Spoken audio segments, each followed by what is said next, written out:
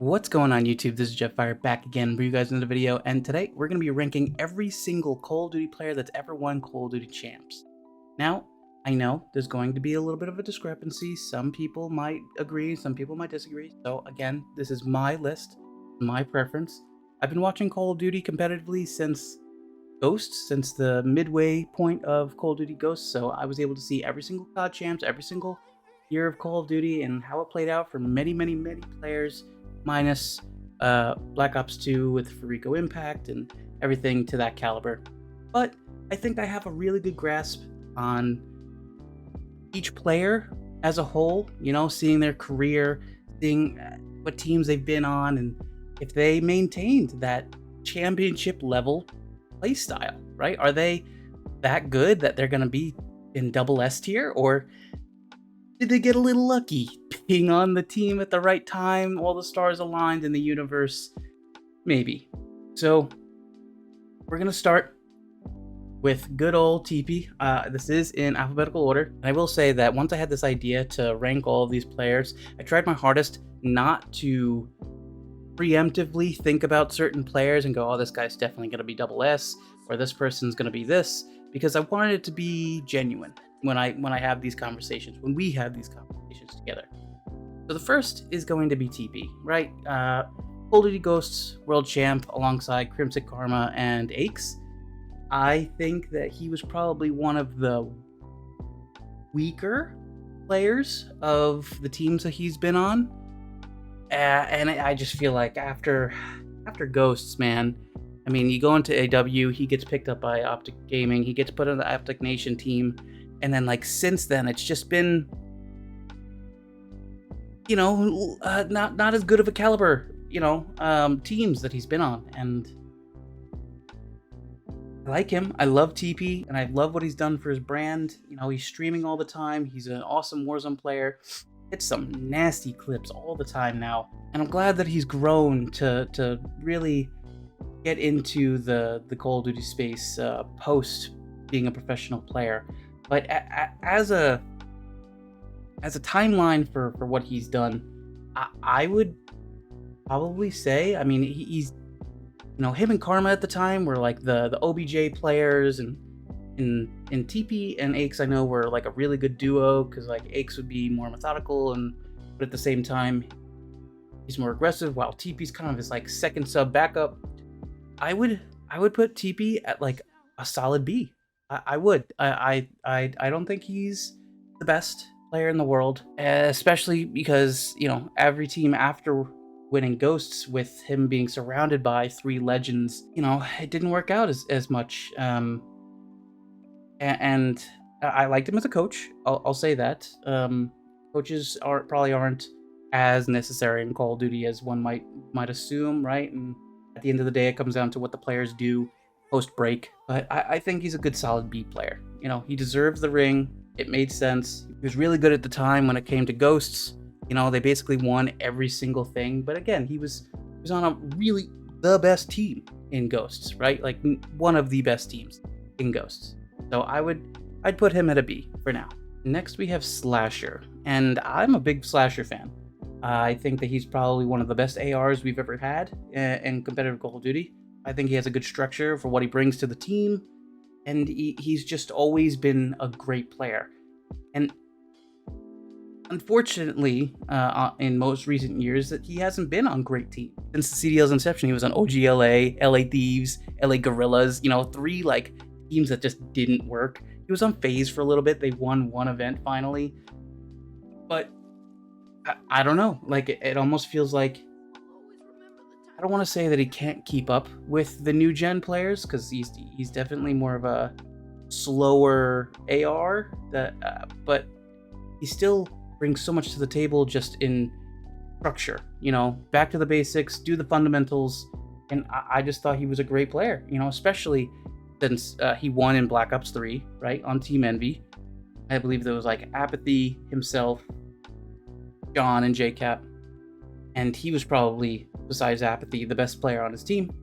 And then obviously when you go into Black Ops 4, he was notated to be one of the 2 best ARs in the game, him and Octane. So, you know, he has a great track record, and he's still playing. I just think that it would be great to see him on a team with some more new gen people. And I'm not saying FaZe, and it's hard to say because, you know, anyone would want to be on FaZe, but at the same time, I think FaZe have their issues. I think that between the Tiny Terrors and Cellium, it's just like the team's been around for so long that it's hard to inject another player in there that's going to complement them well, or as much as they might need. You know, Draza's doing well, but it's to be seen. But I would put Slasher at an A. I would put Slasher just at a general, like, good A-tier player. You know, he's always been good, always has a good mindset about him, always brings something to the team. Yeah, I think that's good. And next, we have Skies, and I've been a Skies fanboy for a while now. I feel like, especially since when the CDL first formed, he was on Florida Mutineers as like a tier 2 or like third string pickup team that no one really wanted, and I hated that because I thought Skies was so good, so good. And they won, obviously, the most recent MW2, and he was great. He's always been a good player and just methodical, but I don't think that he brings, other than his gun skill, I don't think that he brings as much as what a Slasher would, if we're looking at a main AR's perspective. And especially in this game, in MW3, I mean, we're 3 AR, 4 ARs on some maps, and it's he hasn't been doing as well. He's not, maybe it's the gun. I don't like the MCW too much, and so don't get me wrong, and obviously the maps are a little janky, but regardless, you know, you gotta roll with the punches. So I like Skies. I think he's a great player, and I would love to see him on another team. You know, I'm glad that he's with Paco. I just, you know, I'm looking at these players, and is he, like, first off, is he better than Slasher? I don't think so. No, but would I put him at B? I don't think so. I think I would put him at A as well. Yeah, you know what? I'm gonna keep Skies at A for now, and we can always move them around, and they're gonna be ranked. You know, if I have a whole bunch of people on this, on each section from ranking, I'm gonna have it going down the line, upper, or lower, etc. Next is Simp. I'm gonna put Simp at double S, and that was probably one of the easiest ones to think of. Chris has just been, you know, immaculate, to say the least, right? You know, lack of a better word, he's just, since he got picked up for United in Black Ops 4, he was just amazing. You know, he turned 18 and won COD Champs his first year. It was just so good to see him, and every single year after that, he's been a top tier player, right? He and it's funny to see the United roster back then that won Black Ops 4 Champs, because if you look at it on paper, you see Clayster, you see the Tiny Terrors and Abzy and Simp, you see Arcitys, you see Pristinni, and on paper, that roster, looking at it now, is like, that's a really good roster. I would love to see Clayster play with Abzy and Simp again. But I digress. Simp's been a great player. I think that in MW2, he had a little bit of a dip, you know, and everyone's allowed it. Everyone's allowed a year where they're not just a superstar player, you know, but looking at his track record of just Black Ops 4 into MW, right? And then we go to Cold War, where he won again. He has 2 rings. And he was great there. Vanguard is Vanguard, you know. Actually, I think that Vanguard was really suited for the sub players more than anything. But he's just double S, you know, double S rank. I think he has a great career ahead of him. And I would love to see, and I mean this in the nicest way, I would love to see the Tiny Terrors break up and go to 2 different teams. And I think that would be great to see 2 different teams fielded and generated around to each of these players. So the next one is Silly, and given his name, it's his whole situation is a little silly. I'm gonna put him at D. Honestly, I think that he's probably one of the weakest players in this category. He won World War II champs with Aches, Apathy, and Assault, which mind you, was one of the worst teams going out throughout all of World War II, right? They had some shining moments, but the stars aligned of 7 different universes, and this team, which no one really expected to be able to win, they played like Lightning Pandas and another no-name team that wasn't technically, you know, a pro caliber team. Not to diminish Lightning Pandas, and I think actually Theory was on that team at the time. Then it wasn't until they got to Sunday where they beat TK and they beat FaZe, and at the time TK was like the team to win because that was Kenny's breakout year, which honestly would have been amazing to see TK win in World War II. I think they're the ones who should have won, but didn't happen, so can't say much about that. But you know, Silly won, and then unfortunately there was some drama about him cheating his girlfriend when he was supposed to be proposing to her, and then, you know, the next year he got put on Rocker, which was 5v5, and it was just a weird team. You know, he was with Aches again, and that whole Rocker squad during MW just was not it, right? And maybe the game just didn't go in his favor. MW wasn't exactly a great game, you know. But yeah, I just you know, you watch him play and you go, yeah, I could probably put a different player there and it's similar if not better results. So I'm gonna put him at D. I think that's a pretty easy one to do. And then he went to and played college COD, you know, which was a little cheating almost, because then he just started making money playing college COD, and he was like at the top of whichever team that he was for whichever college he played for. A little weird, and you know, I don't think that he's doing anything recently. I mean, I look at MW2, yeah, the last thing he did was playing Challenger Finals. He got 3rd as a coach, you know, so he's coaching now. So, not to say he doesn't have insight, you know, he's a pro player, but, you know, you look at this list of all these other great, phenomenal players, and yeah, he's definitely down there. Next is Shotzzy. I'm gonna put Shotzzy as S, and really high S, you know, but not necessarily double S, and that's why I have this category of double S, because it just shows like the trajectory of their career. Shotzzy was a phenomenal player, right? Anyone who comes from Halo usually picks up Call of Duty pretty fast. Obviously, Halo is a little more team heavy, and you have a lot more health versus being so quick as what Call of Duty would be.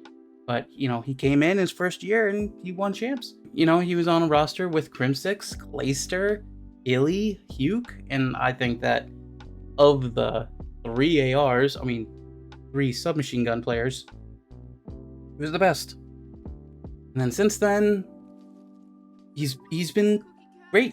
You know, his movement is just something that a lot of players just can't handle. You know, it's just that caliber of player that he is. You know, and he's one of 2 multi-game world champs, him and Formal. Like, he got a Halo World Championship before he came to COD, and then he got a COD Championship this first year he was in. So I really like Shotzzy, and I think that he's a great player. I just think there's, you know, he either does really well or he does kind of bad. And, you know, the things that he does on the map, and making those plays and being so movement heavy that sometimes it hinders him. Sometimes it hinders his ability. And I think that if I were to compare him to Simp, Shotzi's more of a, like, I could see Chris Simp being a shot caller. You know, I could see him being, if need be, I could see him being the in-game leader, the IGL. Shotzzy, no. Shotzzy doesn't do that. He's not a fan of doing that. He'll make calls and he'll call out, whatever, but I just don't think that in the game itself he's as vocal. And again, that's not to take away from call-outs or knowing the map and things to that caliber. I just think that the way that he plays, that it's, you know, it can be a hindrance at times. And I do think this at this current point in time, 2024, at his Texas roster, is the strongest roster he's had in a very long time.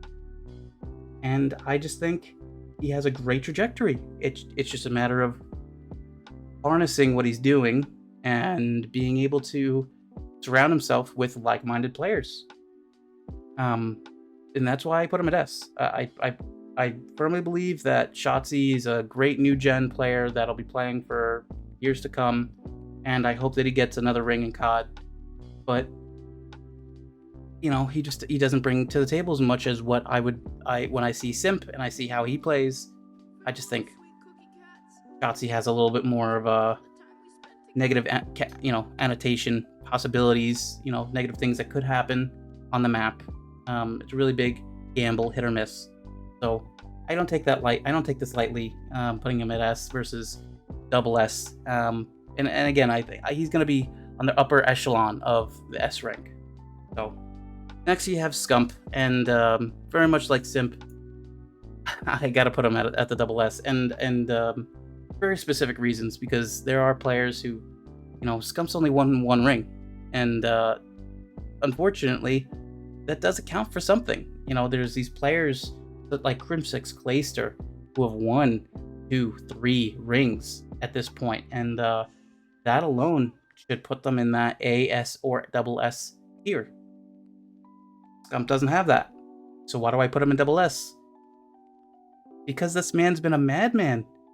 We've given him the title of the King of Call of Duty for a reason. This guy, since thank Aches for this, picking him up. I believe it was like Quantic or something to that caliber for what his first team was. He's just been absolutely insane, and I feel like his energy for what he brings to the team, his work ethic has just been tier. Anyone would want to have Scump on his team. And even now, you see him after he's retired. I think he totally could have kept on it and stayed and still been a player for a really top-tier team. Obviously, it would have been Optic, but I like that he's not on the team now. Give him his space. He had his time. But in the time that he was, especially, in Ghosts, when he was with Nadeshot, Clayster, and Embos, and then he went. They traded Embos for Proofy. They won X Games gold medalist. Sweet. Then you get into Advanced Warfare and you build this titan of a team of formal Crimsix, Scump, and Nadeshot, and obviously that turns into karma. But like that, from Advanced Warfare to IW, they just ran house. They owned the game, the competitive scene. There was very little people that could keep up with him. You just do play after play, and there wasn't a game mode that he wasn't good at. And the only thing that I would say is, obviously, again, people or players have bad years. And if there was any year for him to have a bad year, it was the year after he won champs. Because World War II was a disgrace. I don't understand what happened, but it happened.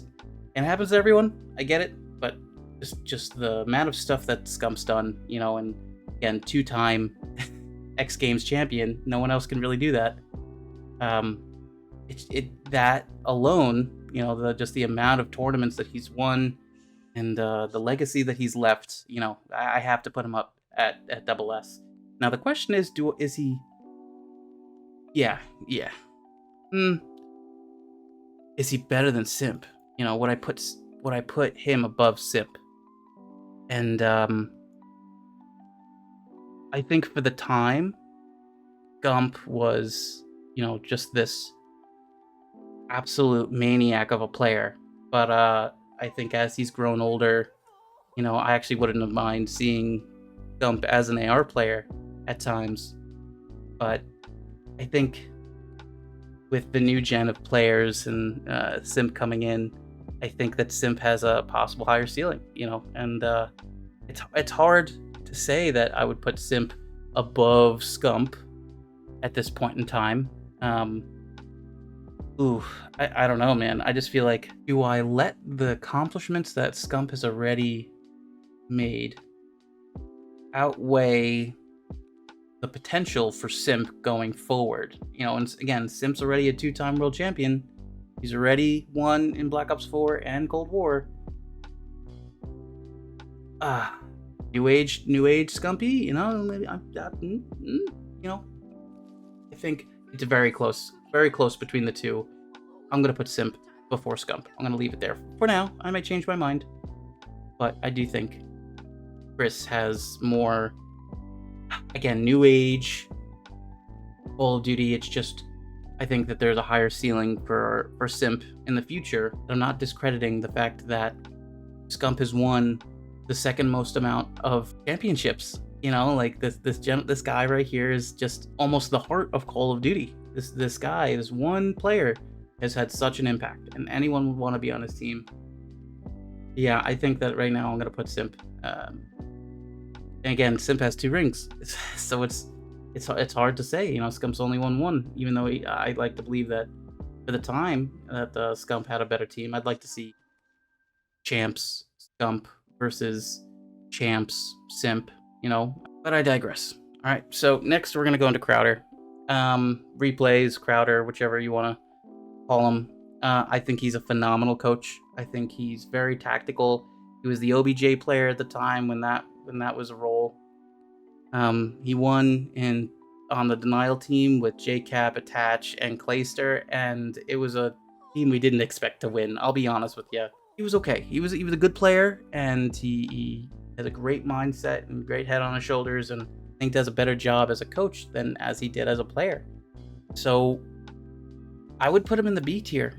I mean, the A tier. I would put him as the B tier. But is he better than Skies? No, I think Skies has more like potential than what Crowder's done. And again, not to say that Crowder's bad or worse by any means as a player, but I think that he's just, you know, a little bit more of a second string. You know, the things that he brought to the table were more of the structure to the team and not as much the playmaker in a sense. So, but I would say that Replays is better than Teep. I do agree with that. So I think right now I'm comfortable with Replays staying at the top of B. And again, it's up and down, but again, I think it's weird that, not to say weird, but I think it's odd. I think there's just a grain of salt that comes with him winning champs that year, and it was great watching, right? I mean, Attach became a world championship winner. You know, Jcap is just an amazing player in himself. He's great. It's just I think he's better as a coach. You know, so I'm gonna put him at that solid B range for his career and how I think he is as a player. You know, next we have Priesta, and okay, so P Dog Priesta, Big P. I think he was an alright player. I think that Priesta has brought a lot to a lot of different teams, and I just don't think that he has brought to the team nowadays as much as we would want. And a great example is in Black Ops 4 with 100 Thieves. 100 Thieves had this amazing roster of players, and I believe it was FaZe that didn't make the cut for the Pro League in Black Ops 4. And then they lent Priesta over to 100 Thieves, and Priesta just was immaculate. You know, he was a phenomenal addition to the Slasher Octane combo. Who was it? Who was their extra player? It was, by the end of the year, it was Kenny, Octane, Slasher, Enable, and Priesta. Huh. You know, I really thought that they removed Enable for Priesta, but it was the fact that they had Pharaoh, and they got rid of Pharaoh for Priesta for one reason or another. All right, yeah, but regardless, I mean, in Black Ops 4 was an absolute showcase, seeing him be on this 100 Thieves team and just come out of absolutely nowhere, right? And he did great. But then you look at MW, and it just wasn't the same. And then you moved on to Cold War, and it wasn't the same. You know, and then every other CDL team since then has just, again, not been the same. You know, he was on Atlanta FaZe, and don't get me wrong, Atlanta FaZe won a lot of events that year. I just think that Priesta was like the weakest link. I mean, Priesta, a major maniac in Modern Warfare, and then you go into Cold War, and he was on Minnesota Rocker. You know, he got dropped off and got put to like this third string team with standy accuracy and attach. I just think that Priesta he hasn't been as good of a player as when we first saw him really shine. And he won this most recent year. He won MW2 with NYSL, and it's possible that he could have had a really good. It's possible that he could have had a really good structure and addition. He brought a lot to the table for the NYSL team as a veteran, and I will say that he definitely was a higher caliber in MW2. Like, he found his stride and he was able to really get back up there and help out the team in a lot of different ways. But just overall, he's just been he hasn't been super impressive for a lot of the time. So I would, do I put him at C? Do I make TP? I like TP, but like, again, like TP, just after Ghosts, he was irrelevant, and I hate to say that because he's a great player, but like every single team that he was on just wasn't it. And Priesta obviously is more new gen. And do I think that he's better than Replays? No, I think that Replays brings a lot more to the table. And Tyler, I mean, do I think that Teep just brings more as a player? And again, like, I know that there's a lot of factors that go into this ranking, right? Do we look at just the player as a whole, for their whole career, how many wins they have, you know, what do they bring to the table, what rosters have they been on, you know, what's the longevity of their career? Yeah, I think I'd put Priesta above Teep, and I apologize, Teep, but I think that Priesta is a better player in general, or as a flex, but I don't think he's as good as what Replays was. So I think he's right now pretty good at B. I'll just keep him there. That might change. Who knows? Next is Pristinni. And I remember very specifically seeing Pristinni during the Infinite Warfare champs. I remember seeing him lose, unfortunately, with his team, and being outside crying, and passion was there. The passion was most definitely there, especially for his breakout year. I love seeing new players break out into the pro league, and you know, him being able to, you know, the team was him, Arcitys, Gunless, and Silly at the time, and they beat Optic Gaming to win an actual event. Was absolutely amazing. And I remember him yelling at everyone from the stands, you know, all the fans that were booing him because, you know, their favorite team didn't win, and it was great. But as the years progressed, I just think for a lot of his career, like, he was just the weakest link, or like he just couldn't keep up, you know. And not to say that he was outshined by his brother Arcitys, because he was. They're playing different roles, so I get that. But you know, you look at his championship team: Simp, Abzy, Clayster, and Arcitys, and I think with that kind of a lineup, you could have put almost any other player there and gotten similar results, other than Pristinni. And then, you know, Pristinni gets put on the Mutineers, and he did his brother, and I don't know if it was just a tournament or just a match that they would do, because they did the weekly hosted home majors or something like that from MW before COVID hit. And I liked that he was proving himself to be more than just, you know, the twins. But after that, it kind of just tapered, you know, and then he didn't want to play challengers at all, and he became the sub for FaZe, and I gotta put him at C. Again, there are so many different players on this list, and I just think that he's one of the weaker ones, unfortunately. It's just the way the cookie crumbles. I can't sugarcoat it, really. Pristinni's good in his own way. It's just, he had his one moment to shine, and since then he's gone. You know, that was it. Next, we do have Parasite, and Parasite by himself, I think, is a great B player. I know that a lot of people just hate on Parasite for what he did as a kid in his first year, and obviously he burned like every bridge under the sun and then rebuilt it and then burnt them again.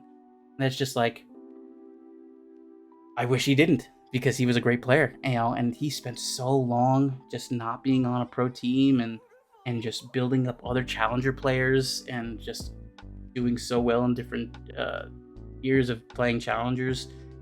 And he is such a...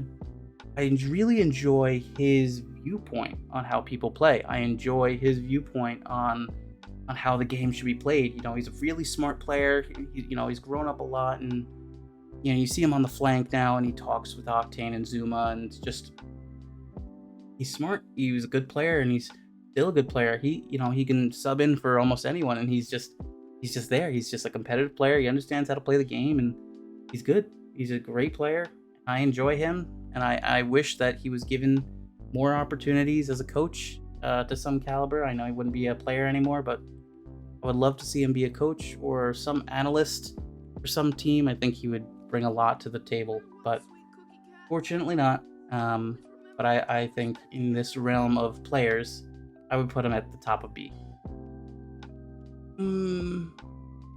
Is he better than Slasher? That's a good question. Is he better than Skies? Maybe. Maybe. Unfortunately, you got to put onto the list the fact that he wasn't on any good teams. You know, he wasn't on any good teams since, you know, he won champs. You know, the first champs, by the way, Black Ops 2 with Miracles, Killa, and Karma. And I'm gonna leave him at the top of B. And I'm gonna leave it at the top of B for now, just because, you know, Parasite never really got into like the CDL to like try and play, and we couldn't see him against everyone else as much. I'm gonna put him at the top of B. Next, we have Octane, and I'm gonna put Octane at S. That's for sure. I think Octane, since his inception, I've been a big Octane fan for forever, and I wish that he was always on a better team. You know, I remember seeing him with Classic and Slacked on the LG team in Infinite Warfare, and I think Saints was his fourth, and Octane was just the only person that could gun Formal, and Formal was known to be the best player in Infinite Warfare at the time. And I just feel like Octane just never got a great team. He just never got people surrounding him. And obviously he went to Optic for a little bit, and that, I think it happened, if that happened at the beginning of the year, it could have been something a little bit different. I think it could have changed a few things around, but I digress. You know, Black Ops 4 was a great year for him and really allowed us to showcase him as a player. But, you know, since the inception of the CDL, he just was not on any good teams. And he even said it feels like once he got to the 100 Thieves team, or the LA Thieves team eventually, it felt like he was finally back playing with an actual team, that he was actually playing COD again. Because the other teams just weren't as competitive. Himself, even though he only has one ring, I think he's a great player. And I definitely think he's better than Slasher, you know, just from a gun skill perspective. And it's funny to see that I actually think that Octane's probably one of the best ARs in the game, period. History. Gotta put him up there, that's for sure. Yeah, I think that's I'm sold on that. Is he better than Shotzzy? I just think because he retired right afterwards, and Shotzzy just has such a higher ceiling, you know, going into the future for the next 5 years, you know, hypothetically. I think I gotta keep Shotzzy ahead of Octane for now. Next is Miracles. And Mir was an interesting character because, you know, he heard the whole story about how he had to prove to his family that he could do this, and then obviously he won champs, and that showed that he could really do something. And then Advanced Warfare, he had a little bit of stuff. Obviously in Ghosts he wasn't as good. And then again, Advanced Warfare, as it progressed and there was more players to show the differentiation of different teammates, I think that Miracles was a great player. I just don't think that, I don't want to say he gave a shit. I don't want to say he didn't care as much, but, you know, with age, you know, it kind of didn't suit him as much. You know, the jetpack era wasn't exactly suited for him, you know, so do I think he's better than TP? Do I think he's better than Priesta? I think that our sample size is less with him. So I'm going to have to put him at C. I think he was definitely a better player, and better than Pristinni, I'm not going to lie to you. You know, I think when they won champs in Black Ops 2, that he played a big role versus Pristinni, which was a 5v5. He had 4 other amazing players that could have, again, carried into victory if you put anyone else in that chair. So I think having him at C, and again, I think it's just because of a small sample size, I can't rightfully put him with other tiers. I can't. I just, unfortunately. The next is Kismet, and a lot of people like Kismet, and I think that in later years, specifically Vanguard and MW2, that he really shined and showed off some just great Call of Duty that a lot of people just didn't expect. But you look at the team now, right, in New York Subliners, and you know, one player doesn't make a whole change to a team. When you talk about getting rid of Priesta and putting in Sib, you still have the core lineup of Skies, Hydra, and Kismet, and it's just like just isn't able to do what he used to do on the map. You know, is it the game that he's just not able to do as much? Maybe the movement isn't as rewarding for the things that he does on the map. Is he a good player? Of course he is. Is he better than? Ah, man. And Crowder puts so much on the board just from being a coach, but I don't want to think about that too much. I want to think about the fact that he was a player. I think we put Kismet at A. I think that he deserves to be a bit higher than B class, and just has to be E in that A tier. I like him as a player, and again, looking at the people on the board currently, I think that he is better than all of those players. Better than Replays, Priesta, TP, and I hope that he continues to do well. I do. I hope he does well. He's a good player. He's a good heart. He's a nice guy. I just, you know, it's that curse. You think that once they get that champs ring, that they kind of let out their foot off the gas a little bit, and that's not what we want. We want you to keep going. Come on, it's, you know, it's time for you to keep going, and I do think he's a good player, but I don't think he's as good as Skies is. I think that Skies can bring more to the team, even though ARs are harder, have a harder time because there's, you know, there's only one main AR, and you always have at least 2 subs, regardless of what the flex is and etc. Depending on the game. I would leave Skies ahead of him. Next we have Killa, and I love Killa. I think he's hysterical.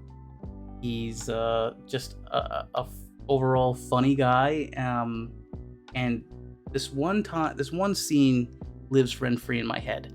Right, he obviously he won Black Ops 2 champs, and then since then he's just been a little irrelevant, you know, at times. He just kind of just played a lot of chows, and I just remember seeing 2 things. One was when we were playing Black Ops 3 at the beginning, and there's that clip of, I think actually it was Priesta, just going on, I think it was Fringe, where he went from top barn to top grandma's house just by G-sliding and then going off the wall and then onto top of grandma's, and he went across the whole map in a matter of 10 seconds, you know, less. And Killa just started freaking out that, whoa, look at this, wow, this game sucks. You know, the guy's just a character, you know, and obviously he's the choo-choo train meme, and he's brought a lot to the COD community for a very long time. But I remember he was on the Dream Team. It was like Sender, Diabolic, and someone else. I can't even remember. But he was in a post-match interview, and he said, "Yeah, you know, I don't want to scrim with my team. I don't want to practice with my team because it makes us worse." And I'm just like, this man is high. This man is so up in the clouds. Like, there's no way you just said that. When he wants to, you know, I actually liked him on the Dream Team. I like that Dream Team the DT team. It's just, I wish he went into content sooner, and or at all. So I think if I had to put him somewhere, I mean, for what he did, especially in Black Ops 2, do I think he's better than Miracles? Yeah, I do. Yep. But I think Parasite was better than both of them. That's for sure. Next is Kenny. And you know, I talked about this before with World War II, that Kenny's breakout year was just immaculate. The guy went absolutely insane. His breakout year was just crazy to watch. Seeing this kid come in and just destroy everyone as your main sub. He was fast. He was, you know, really smart about what he did, and as he grew into a really good player. You know, he eventually he did move to want to be the AR, main AR, and not every team wanted that. You know, it's conflicts. Again, it's hard to be a main AR because there's only 12 spots for main ARs. I think he's a great flex. Allows him to do what he wants to do, but you can't, you know, I mean, he grew out of being a sub player, and I get that. I do. I gotta put him above Skies and Kismet. I think he's a solid A player. He's great. You know, he won COD Champs in Vanguard with Draza, Envoy, and Octane, and he's just always been a great player. I just think, obviously, everyone has bad games, and I get it, but I think he brings a lot to the table as a player. He's just smart, knows what to do. Fundamentals, again, you know, actually reminds me a lot of Slasher, which is funny because they team together. But I think he's a great, solid A-tier player. Moving on to Karma, 3 rings. You know, part of me almost doesn't love Karma. You know, just for him being Karma 3 rings, you know, you gotta put him at double S. But at the same time, we have a couple of those. I think if he were to be anywhere, he would be either S or double S, and I think that just comes with the territory. You know, you have to give him his props. He won 2 years in a row with Black Ops 2 and Ghosts, and then he won on the Optic Dynasty and Infinite Warfare. You know, he was the dirty worker. He was the guy that would get things done. He was the OBG player for a very long time, and unfortunately with MW, it just didn't go the way he wanted. I almost wish we kept seeing Karma in the league, but I understand. I mean, the guy was on so many different teams. Not really. He was, you know, but he went through so many iterations of different Call of Duty titles that it cemented himself. I think naturally, just because he has 3 rings, oh man, that's hard. Again, Scump only has 1 ring, but the amount of championships that he's won, being the number 2, I think I do keep him there. I put Karma at 3. Yeah, I think we're good for that. And again, like, I almost want to put him at S rank and not double S. But again, 3 rings, and he's done so much, you know, between 3 teams that he was on that he won champs with. It's hard. So I'm gonna keep him at double S for now. I might change it. We'll see. Next is John. I'm gonna put him at C. I think that's a pretty easy selection, honestly. John was always a interesting player. You know, he was very quiet, never had the best teams in the world, and at one point he just kind of went off the face of the earth. I know there was health problems, and he just hasn't had a time to come back since Cold War. I mean, John in Black Ops 3 was great. You know, that's where he won with App, Slasher, and Jcap. But I just don't think he was as good. I don't think he brought as much to the table. Now, is John better than Miracles and Killa? Be better than Priesta and Teep. Oh, that's hard. You know what? I just don't think he brought as much to the table. I just, unfortunately enough, yeah, unfortunately, I think I just gotta leave John at that C, above Pristinni for now. But I just think that John played better than what Pristinni played in his realm and time in all of the different iterations of Call of Duty. I just don't think that he stacks up against most of these other players, especially now. So I'm gonna leave him at C. Next is Jcap, and I'll be honest, he's not my favorite player, but I can't take away the fact that this man has been around for literally forever in the COD scene. And he's a 2-time world championship. You know, he won in AW and he won in Black Ops 3 back to back. And not everyone can do that. must bring a lot to the team. Obviously, it's just one of those old head things. He's a good player. I just don't think.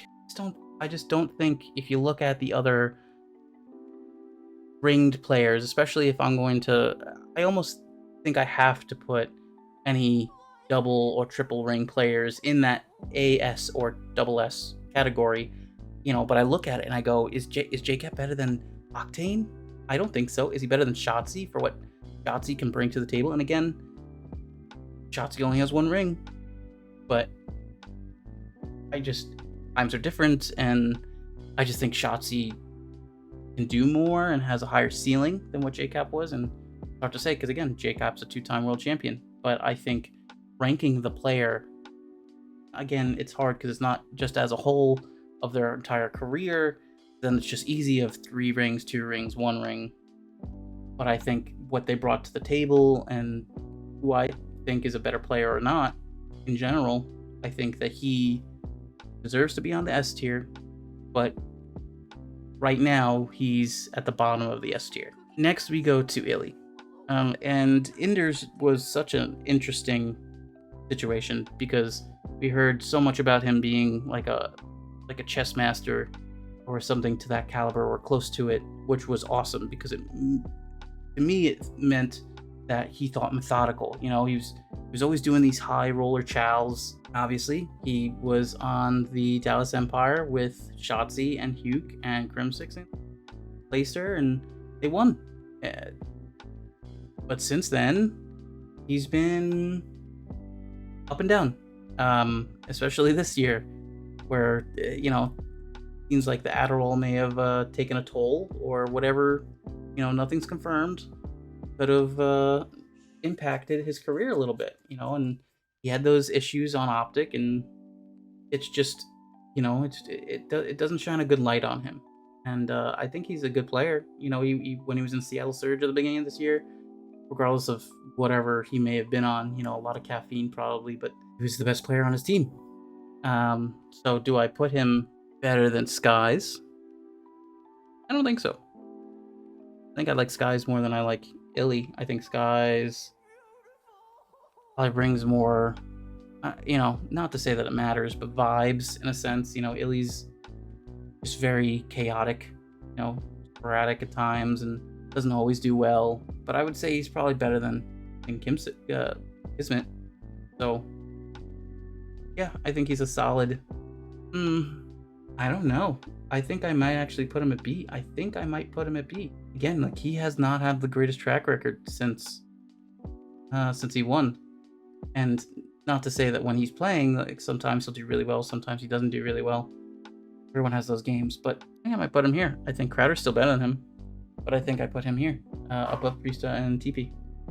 Yeah, that actually sounds a little bit better. Next, you have Hydra, and I like Paco. I think that, you know, I mean this in the nicest way. I think he might need to grow up a little bit more, and, you know, he's come a long way since MW on NYSL, and I think that, you know, he's tried really hard to learn English and, you know, be the best player, and he's just naturally a really good player. And I just think that the drama that was cut up on him, and nothing's confirmed, but, you know, he had that whole outing with Crimsix, and you gotta take everything with a grain of salt. It's just, I just think that if you put Hydra with like 3 other absolute baller players, that he'll be one of the best players in the world, you know. And he's not going away, you know. He's not gonna be on any bad teams soon. I think that this is probably one of his strongest teams he's ever been on. Obviously, you know, they won champs last year, and he was definitely the best player. That goes without saying. I think I have to put him at S, but I'm putting him behind Jcap. I have to. Again, Jcap won two rings. You know, he's been around for so long for what he's added. But Hydra, in terms of his ceiling, it's just so much higher. You know, and when I think Hydra, I think Shotzzy. When I think Shotzzy, I think Simp. Those players are quote unquote new generation that are going to be top tier. You know, they're gonna stay. They're already top tier. They're gonna stay top tier. They're gonna be able to form these wonderful rosters that are really strong and put up a fight. And I really hope that going into next year, that they just obviously I don't know different contracts that may or may not be ending going into next year, especially with CDL possibly not be. I digress. I want Paco to get rid of his entire team. I want Paco to stop thinking about, let me play with players that I know are going to be friendly with me, because I know he was really good friends with Skies, which is why they teamed. It worked out that first year. I just think, like, you surround Hydra with like 3 other really, really good players this past year. Like, imagine putting Hydra with Scrappy somehow. Like, just having that amount of gun skill out of 2 players alone is just great. And I think that Hydra has a lot of good game knowledge, decision making. It's just and I don't want to say it, I take it with a grain of salt, but I need him to grow up. I need him to think more in the future of what's the best team that I can possibly make, surround myself with. You know, don't make your friends your teammates, make your teammates your friends. Yeah, I think that keeping him in S tier makes sense, and I would still keep him behind everyone else like that. The more I look at it, I almost want to put Octane above Shotzzy. But Shotzzy just, again, the ceiling. Alright, moving on. Huke. I think the Huke's gonna be a C. That's pretty cut and dry for me when it comes to Huke. Now the question is he better than Pristinni? I think so. I do.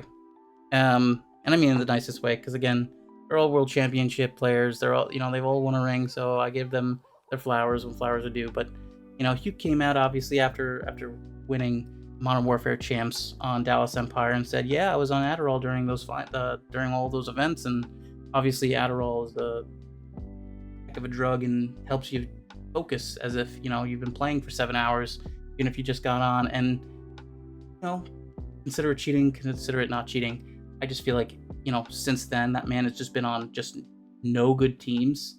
And even when he was on a good team, and I would consider like Optic a good team that he was on in MW2 with Dashy. Yeah, he replaced Scump, so it was Dashy, Huke, Shotzzy, and Dan Ghosty.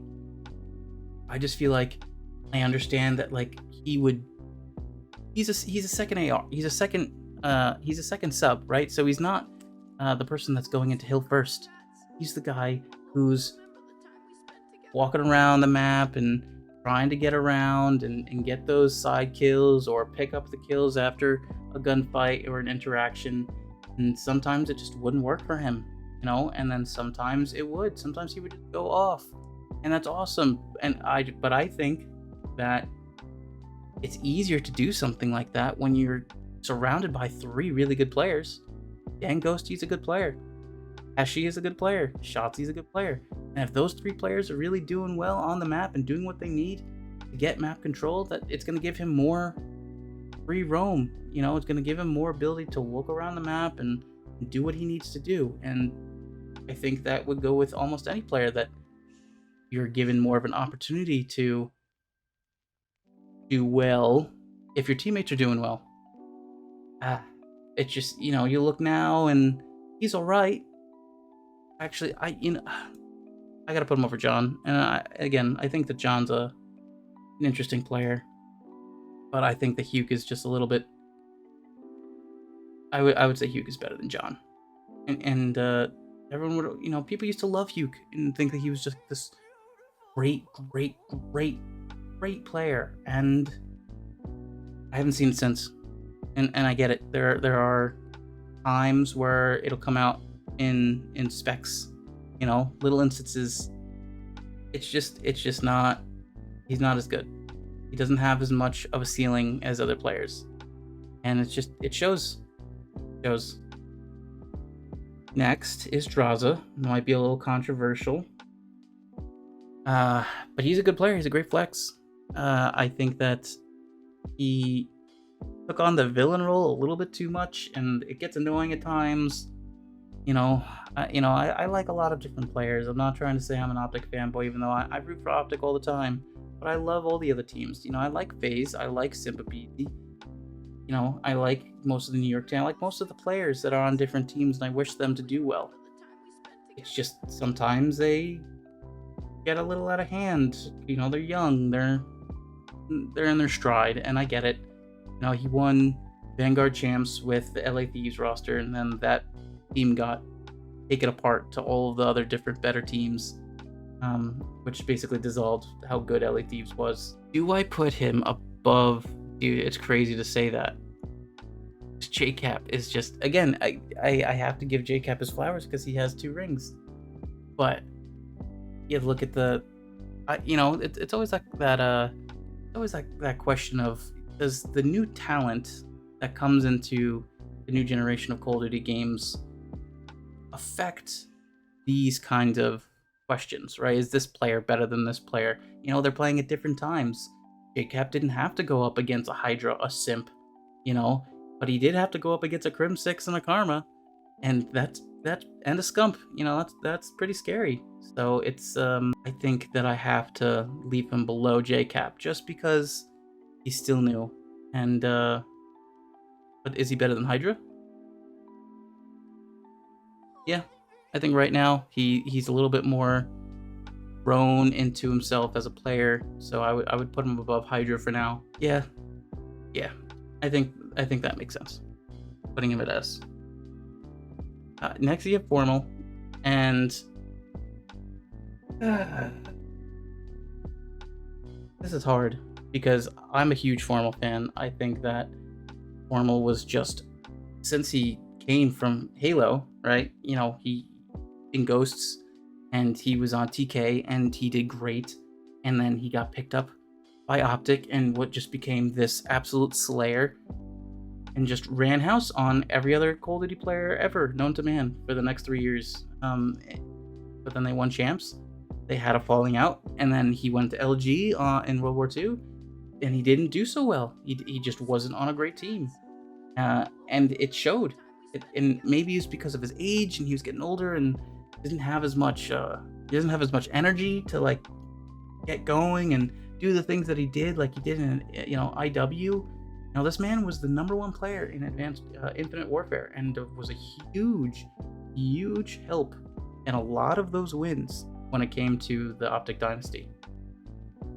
But then after the Optic Dynasty, I mean, especially when he went back to Optic and he played with Scump again, you know, he was good. You know, I mean, but he wasn't the best in the world. And I think obviously I can't even say that because I feel like the movement when it comes to the jetpack games may have been a little bit more strenuous as opposed to fly canceling and things like that, to that nature. I almost have to put him above, I want to put him above Octane because I think he was a better AR than Octane for a longer period of time. And he won Halo champs once he moved over to Halo. It's just, you know, do I outweigh the amount of, you know, chips that Formal has versus the 2 rings that come from Jcap? Octane being one of the best ARs in the game ever. Hard, because it's either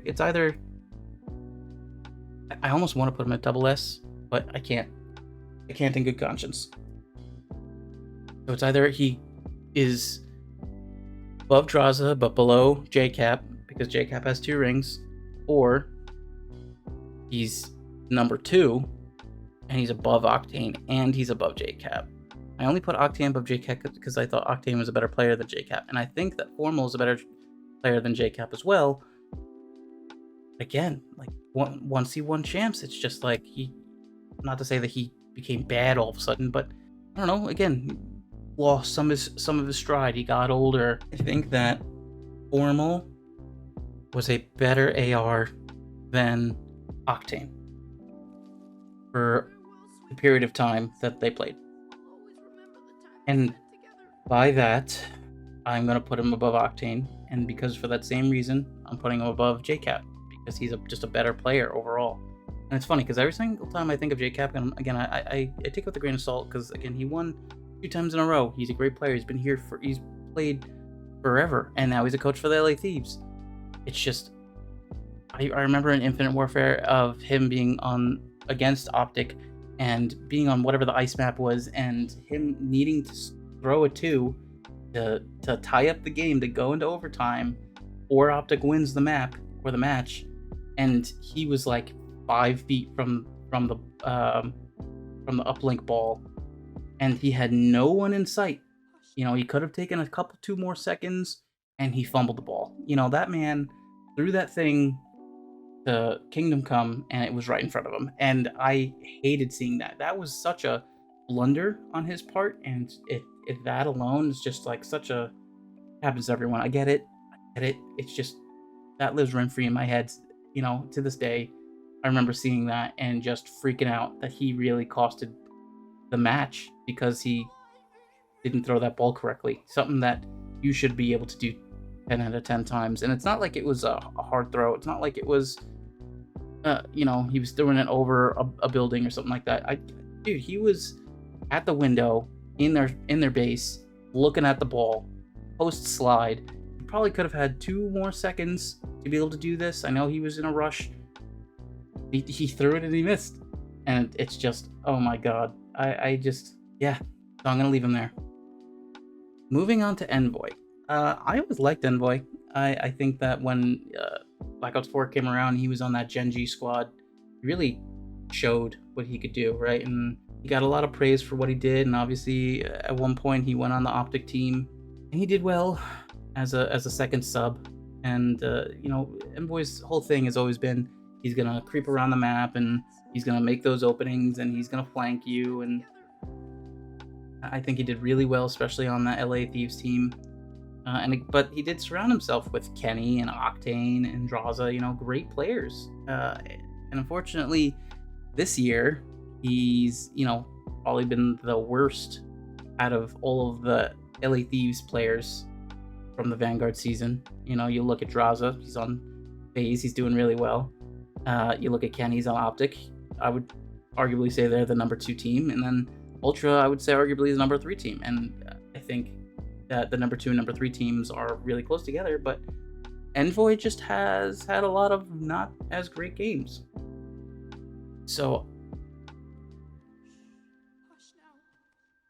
I think I put him there. I think I put him above Skies and Kismet.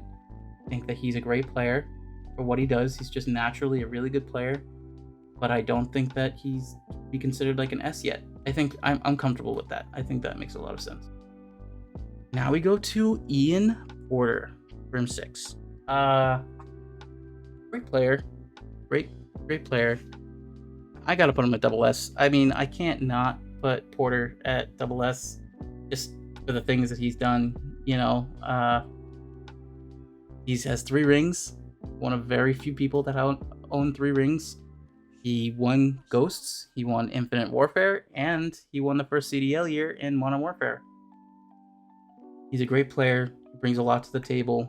I think he was scapegoated a little bit when the Optic roster kind of blew up, and I wish that didn't happen because I really like Crimsix. But then comes the question. Is Crimsix better than Scump and Karma because he's the winningest player, period? Now, obviously, people are going to bypass or pass him. Maybe not immediately, because I feel like there were so many more events back in the day than there are now. Scump stopped playing, so I think it was like 49 wins to like 45 wins or something very close to that number.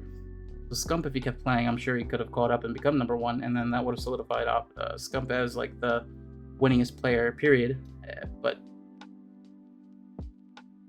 I think, yeah, I like Karma a lot, and again, everyone always says that like Karma is just like this other beast, you know, and that he you know, obviously Karma did the dirty work. You know, Crimsix was your AR player. It was your flex or your second AR. It was just, I think he had, I don't want to say a more important role because Karma's role was really important, especially as an OBJ player back in the day. You know, I almost want to put him here. I almost want to put him above Scump just because, again, winningest player. But then I was going to say that Scump is just more of the face of Call of Duty, and that may attest more to the fact that he was Optic, and Optic have a great fan base. And obviously he's a 2-time X Games gold medalist, and no one else is. So, right? because it was Scump, Clay, Nade, Roof, and then it was the Dynasty. So yeah, he's only 2. I gotta give Crimsix his flowers, man. I mean, he's a gosh darn 3 rings. You know, I almost want to put him here at number 1 at the top of the list. But I mean, yeah, I would probably put Simp still above him.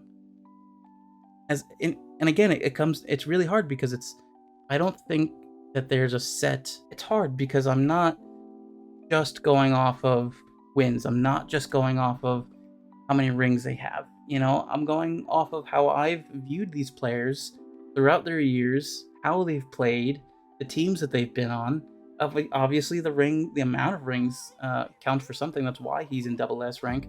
Let's think about this. Why would I put him over Simp? Why would I put Simp over Crim? Simp has won champs twice, and he still has at least 3-5 more years to go.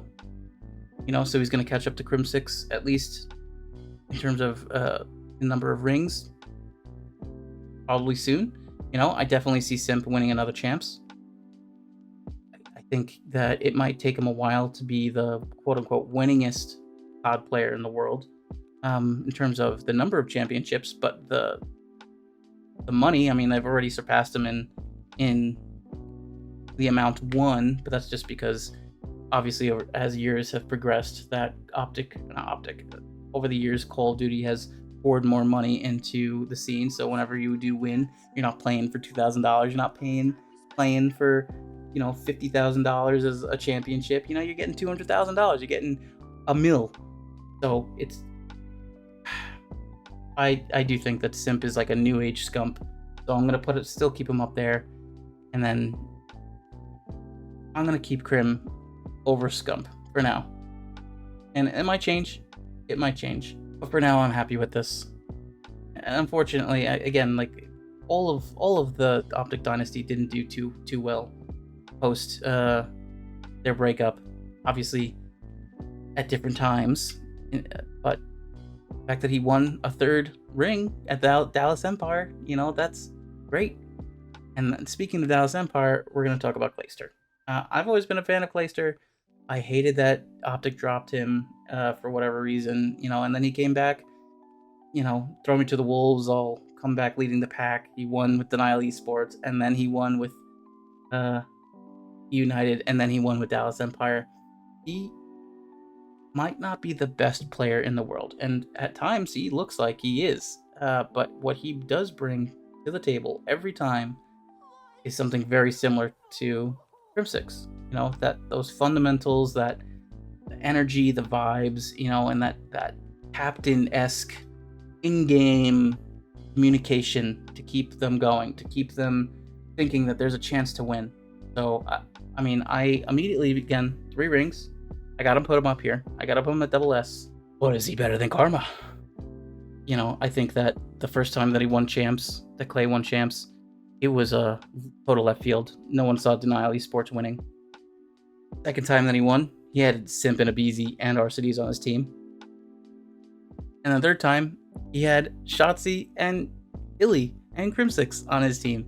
So he had pretty good teams the last 2 times. But the first time he won, you know, that alone was, that was awesome that he was able to do that. And I know how cringy it is to the whole throw me to the wolves, I'll come back leading the pack and whatever. You can't deny, man, this guy is awesome, you know, and he really is trying. He's the oldest player in the league right now, and I think even if Crim and Scump are playing, he's still like the oldest, right? Maybe Jcap's a little bit older than him, I don't know, I'd have to check that, but I don't put Clay above Scump. I don't. But do I put him above Karma? I think I do. I think Karma was obviously great back in the day and what he did, and obviously they dropped him. That's why you got dropped. But I think that Clay just brings so much to the table from a teammate's perspective versus what Karma did, just doing the dirty work. Which one do I think is more important? Doing the dirty work for the team versus the team morale? All right, I gotta put Karma ahead. I'm sorry. Clay is awesome. I wish the best for Clay. I hope Clay wins a 4th ring, and I hope he gets put on a great team. You know, I think that would be great to see him on a top-tier team again, and unfortunately, I don't think it's going to happen. Just with some young guns just not wanting to team with older people. But I think that Clay, he's able to surround himself with 3 really, really good players, again, he would, you know, what he brings to the table is invaluable. So I got to put him up there, double S, but he's teetering on the top of S. You know, he could go to top of S, but because he has 3 rings, I'm gonna put him at double S. Next is Cellium. I put Cellium there, and people are probably gonna freak out at this, and I don't really care, but you know, I get that he's just on another planet at times. It feels like that this guy is just crazy. You know, he is the reason that snaking is so bad. You know, that people hate it so much because he was so good at the game that he was able to just manipulate it and just play his game. He's great. I just think he's awkward at times, and I mean this in the nicest way, because the kid's great at playing Call of Duty. It's just, and he has a great ceiling. He has a high ceiling. I think that, I don't know, because I would really want to see them move away from Cellium, because I partially think that Cellium's the problem for their team, even though it's because he's so good. That, you know, obviously he was the flex for all those years, that he was, you know, when we had Arcitys and then when we had Slasher, that L would be so good at the game that he would kind of interrupt what the other main AR was doing, in a sense, and then, you know, almost made them look not as good because of that. And I think there was kind of like a, you know, just a flow issue in the middle of a map because of that. So obviously this year he's main AR, and we have Draza's flex, and he's been doing really well. I just feel like it would be cool to see the FaZe roster blow up, and I mean that in the nicest way, because I want to see Abzy and Simp on 2 different teams fighting together or fighting against each other. And Cell would probably go one of the 2 ways, but I just, again, how do I put Cell with Jcap? I think that Cell guns Jcap 9 out of 10 times, but Jcap has 2 rings. You know, Cell, oh, yeah, Cell has 1.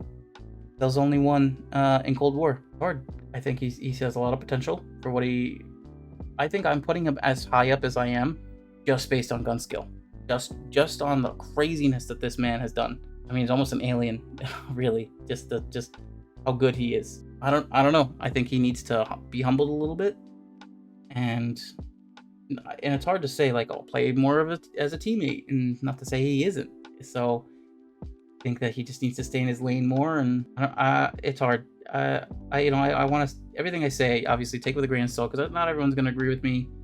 It's just and Cell is a weird topic, because again, he's great. I just think that there are some issues with, you know, teamwork at times that Simp and Abzy don't have to work with, because they're the sub players. So I think strictly just, again, based off of gun skill, I put him above Hydra, Draza, and Jcap. I think that's a good placement for him, and I think that he has a high ceiling, but again, AR players are hard. There's only 12 of them that you can have. All right, moving on to Attach, and I hate that Attach has not been doing well, and I always love the teams that he's on, and it just never pans out, and it sucks because he's a great player. Attach was, I actually think that AW was technically his breakout year. I'm probably wrong with that, but I think it was. I don't remember seeing him in Ghosts at all. He could have been on that 3s Up team. I digress. I like Attach a lot, and I think he's brought a lot to the table, and obviously he was a sub player. He's very much like Kenny. He was a sub player at one point and moved to be a main AR, which makes it so much harder because there's so much more competition, just because there's so many limited spots when it comes to ARs. I just, goodness. And obviously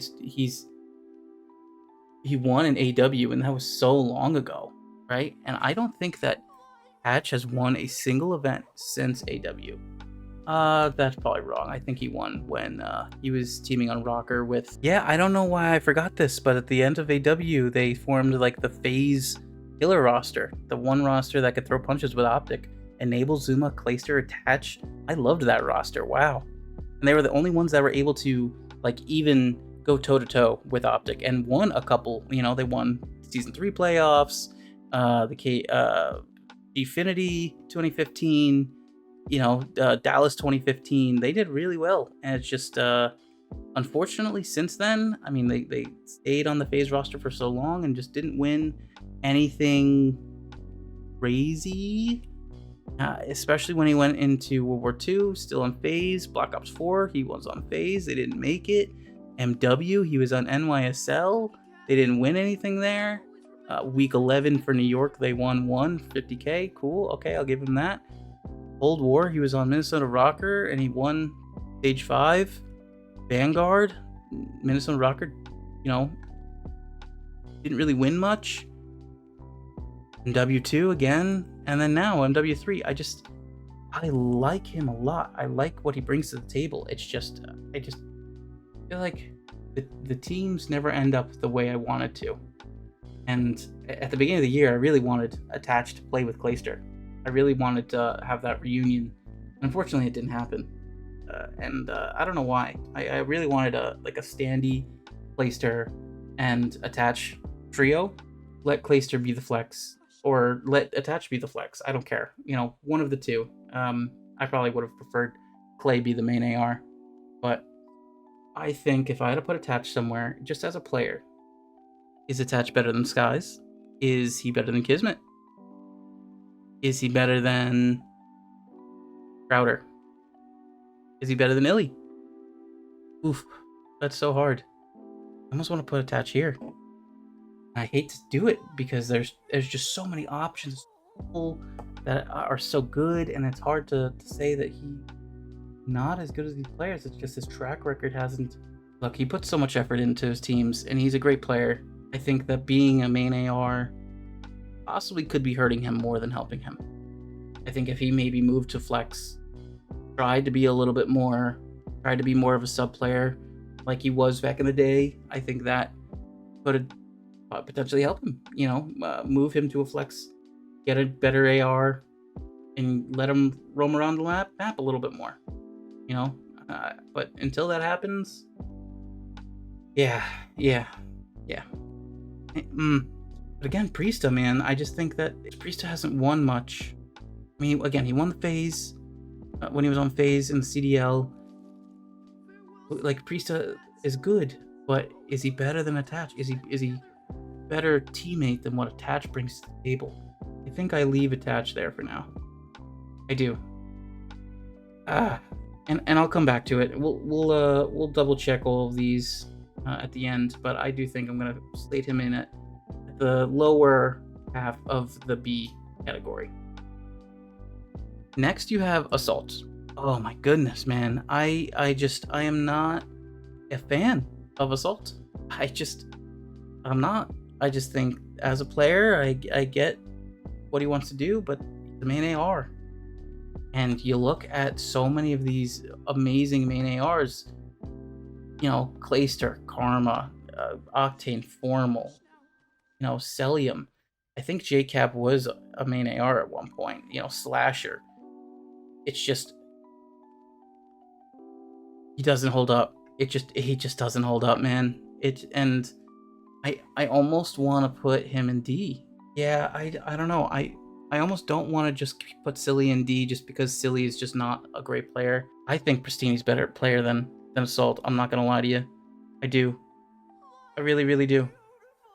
I think Assault's just been lackluster, and not to say, you know, he won World War II champs with Aches, Apathy, Silly, and Assault.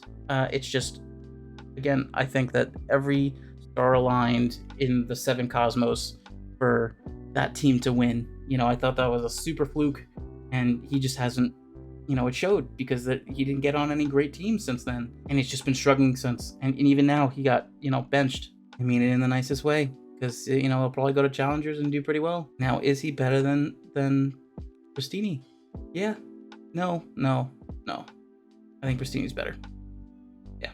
And Pristinni was on better teams, you know, and so I take that with a grain of salt, because Pristinni was able to surround himself with better players, which allowed him to, quote unquote, possibly do better, you know. And unfortunately, it lives rent free in my head. There's a lot of Call of Duty things that live rent free in my head, But the final round, MW champs. I forgot what the map was, but he was on Optic at the time. I thought it was really cool that you picked up Pristinni when you already had his brother on the team. You brought the twins back together after being apart the entire year, and they were going up against the OGLA team, and OGLA just 5-5, map 5, sprinted down middle, you know, to go to Granny's house and plant, and Pristinni went left side to that graveyard when he was on defense, and instead of peeking and, you know, getting information, because it's, you know, 5-5, you're out of the tournament, he just ran up and got gunned by 4 people in his face in the first 10 seconds of the map.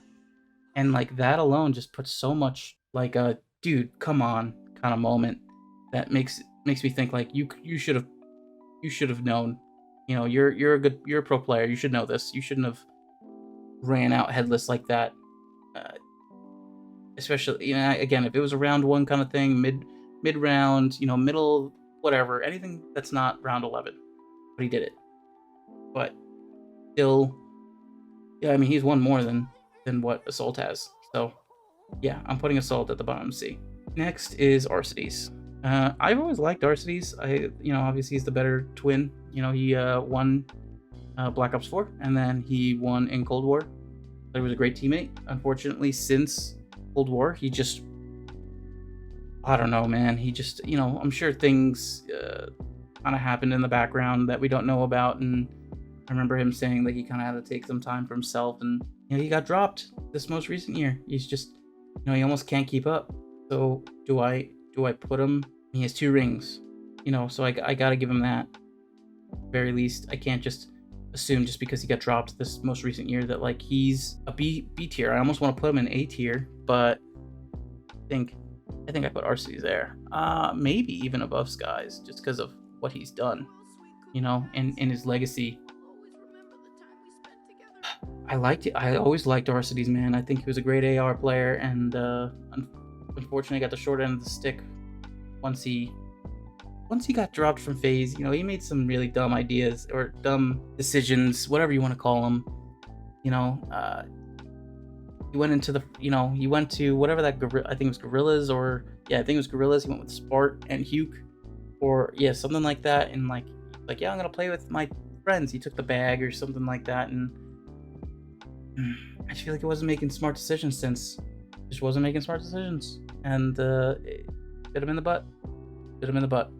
And I'd be surprised if we don't see Arcitys come next year to get on a team. He's 2 rings. He has 2 rings. You know, I can't say no to that. That's it's definitely has some weight to it. So I think I'm okay with him at A there. Wouldn't put him as much as Envoy again, but like he has 2 rings. Like he has 2 rings. Slasher only has 1 ring. Kenny only has 1 ring. Envoy only has 1 ring. But I think they're more impactful than what Arcitys did. Yeah. Then you go with Apathy. So Apathy was the first player before I knew Optic, before I knew anything. I remember my first time turning on competitive Call of Duty during Ghosts, and it was whatever, I think it's not called Derail. Yeah, it was Freight. The first match I ever watched for competitive Call of Duty was Freight S&D, and it was Apathy, and Apathy was just going off. So Apathy is actually the first competitive name that I ever heard of. Again, before Optic, before Scump, before Crimsix, anything. Apathy was actually the first name I ever learned from a competitive Call of Duty standpoint, and Apathy is a great player. He's just one of those players that's always just been on a top tier team. He was always able to just stay in line and make those plays, and he was able to fight alongside and against, well, everyone. It just sucks to see how his career kind of tapered after his last win. I just think that Apathy's had a great career for majority of, you know, the teams that he's been on. You know, he's a 2-time world championship winner. He won Black Ops 3 with Jcap, Slasher, and John, and then he won again on that World War II team with Ake's silly assault. And I think he was arguably their best player. That goes without saying. It's just, you know, since then he just hasn't had great teams, man. He just hasn't. You know, you look at it from MW. He was on Seattle. You know, the Seattle's team of Karma, Enable, Octane, Slack, and Apathy, which, don't get me wrong, was a pretty good team, minus I was never a big fan of Slack. Don't get me wrong, he was a good player. Jerry's cool and all, but I just think that you could have switched him for someone else to help out Apathy. And then you go into Cold War and he was on LAG. You know, it's just like, what happened? What happened? So I love Apathy, and I think he was always a good player. And I think he like stopped watching competitive Call of Duty like completely since he retired, which is unfortunate. But just for what he's done in his realm, I gotta put him at S. I would put him at S. I think he was such a good player for such a long time. Such a good just submachine gun, first entry, aggressive sub, and he helped out so many teams. He was, I rarely saw him get mad. I rarely saw him. He was always composed. You know, he was straightforward, just very earnest, and wanting the best for his team. And even in bad situations, he was able to come up on top. Yeah, I mean, I have to put him there. I think S is a good standpoint. Again, 2 rings, better than Draza and better than Hydra. Just again, career standings for wise. That's why I would put him above for now. And maybe in a couple years, he'll probably drop down on that list. But for what he's done, I gotta put him up there. Second to last, we have Aches. I mean this in the nicest way. Aches is a character. You know, obviously he was known to be the optic killer for so many years, and it's dumbfounding to actually look back and see like how many times Aches has actually taken them out of the running for COD champs and whatever else tournaments that he's played, you know, gone up against them for. Back in the day, he was really good. You know, he obviously won Ghosts. They were the best team. He was a great player at the time, and at the beginning of AW with on FaZe with Slasher and Apathy and Sensor, and it's just great player. But at one point, I feel like it got too much. You know, he couldn't keep up. He was more of the OBJ, slower player. You know, and most times he would go negative. And I know the kill KD ratios aren't everything, but the man has to go positive sometimes. He can't be like once in a blue moon. And then when the inception of the CDL, obviously, he went to the Gorillas and got the bag and created this terrible team. And it was just, again, I just feel like he couldn't keep up with the new talent. He's smart. He's a smart cookie. It's just he couldn't keep up. And I think now that he's away from playing and he's a spectator, and he puts up some hot takes, you know, and I think he's still thinking in that old man mentality of, oh my god, they can't do this, blow it up, you know, and to a degree I get it, you know, and he has a right to say it. He's a 2-time world champion. I think that because, again, this man went from the top of the world to irrelevant extremely quick. And I mean this in the nicest way, because if you look at his standings, right, like we already know that he was one of the best players in the world back in the day, right? Black Ops 2, Ghosts. When you get into AW, he wins, I think, the first event of the year, right, with FaZe. And then after that, man, like he went to this prof team where he started working with like Aqua Nagafin, which I like Aqua Nagafin, and forgot what the other guy's name was. Yeah, right. Oh yeah, it was Aqua Nagafin, Facento, and someone else that I can't recall. But I really liked that team at the time. But then, you know, he went to this prof, and then he went to TCM with Moose and Jerd, you know, and then he got back on Envy for a little bit on Black Ops 3 with Teep, which didn't work out, and then he went to Cloud9 and Infinite Warfare, and, you know, obviously they got them out of Champs Optic. You know, that was an interesting match, but like other than that, it's like he's not great. He doesn't put up what we expect of such a legacy player that we would expect him to. I take this, I put everything with a grain of salt. You know, I respect him. I respect the things that he's done. I just think that he's a little bit in over his head, and he wasn't the greatest player. I think, with the exception of Ghosts, I think that Crimsix was a better teammate. I think that Karma was more important than him in that Ghosts lineup. And I think the only other thing is, like, is he better than TP? You know, he was almost the weakest link on that team. And I think it comes from a standpoint of ethics. You know, the baseline of this is how you play Call of Duty and methodical ways of playing. It's just, I just don't, yeah, like, I couldn't put him in any roster nowadays on a pro league and expect him to do well. I couldn't expect him to do well. Like, can you put him in a public match and he'll do well? Probably. Maybe. Skill based matchmaking. But I just think, so with that said, where would I put him? I'm looking at A right now. I think, again, based off the things that he's done, have to put him up there. Can't put him at B, can't put him at C, D. Do I put him at A? I'm not putting him at S. I'm not. I don't care if he has 2 rings. Do I have to because he has 2 rings? No, this is my list, but at the same time, he has 2 rings. I think that I wholeheartedly believe that the World War II champs win was such a left turn that no one expected to happen. So I think I put him here.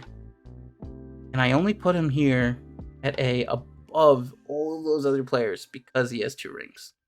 But he's not a better player than Slasher. And then finally we have Abzy.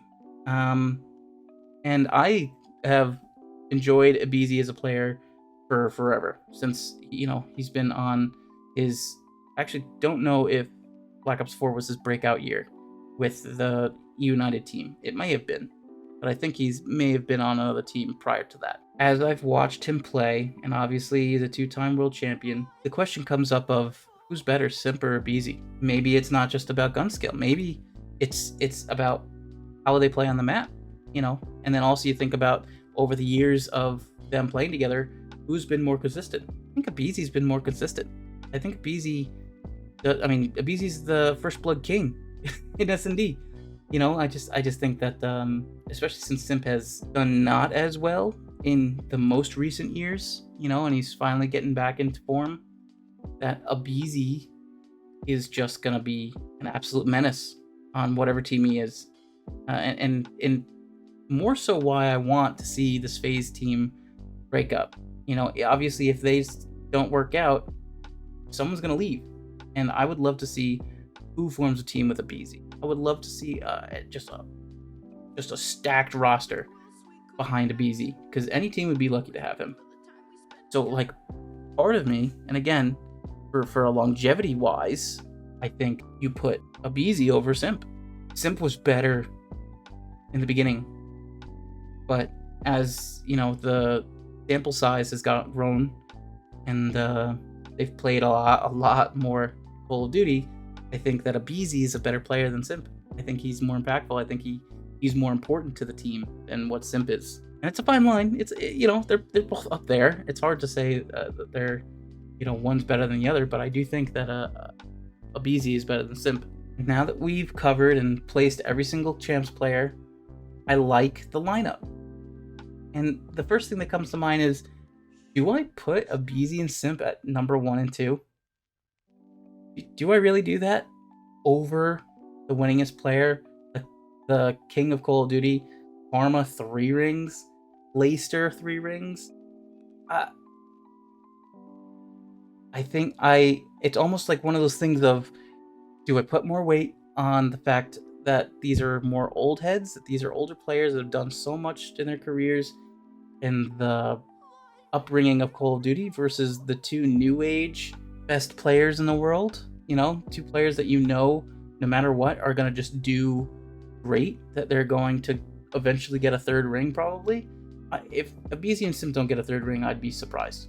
I almost think that I have to put, again, this is just a possibility. You know, I almost think to put them like this, because, you know, it has so much weight on these 4 of how much they've done. You know, once these guys came into the league, you know, they had a tough time. I think I leave them up top for now. I think I do. I think I leave them there at double S at the top because of them being new age, how quickly they got 2 rings, and the trajectory of their careers going forward in the next 5 years. I definitely foresee them getting 3 rings. You know, hypothetically, the first 4 ring player ever, which would be crazy. But if anyone can do it, it's them too. So let's do a review of the rest of the rankings and see if I want to move anyone around. I think that S is pretty set in stone. I'm sold on having Crimsix over Scump. Again, it's just the winningest player, man. It's just, and Andy has more rings than Scump. It's just hard to argue it. Scump more than Karma, I agree with that. Karma more than Clayster, I agree with that. S rank, I don't think I would move anyone around. Well, see, I'm looking at Jcap. I'm looking at Jcap and Apathy, and I almost want to move Apathy up 1. Because Apathy had the World War II team, which was very much a fluke, but I think Apathy had a lot to do with that win. And then Jcap, you think, in a similar situation, he had the Denial team that no one expected to win. But I liked Jcap's team a lot more. You look at Jcap's team, Denial was Replays, Attach, and Clayster. And it's just Apathy done more than what a Jcap would. And Jcap's been around longer. I think I do. I think I move Apathy up. I think Apathy was more helpful to the team.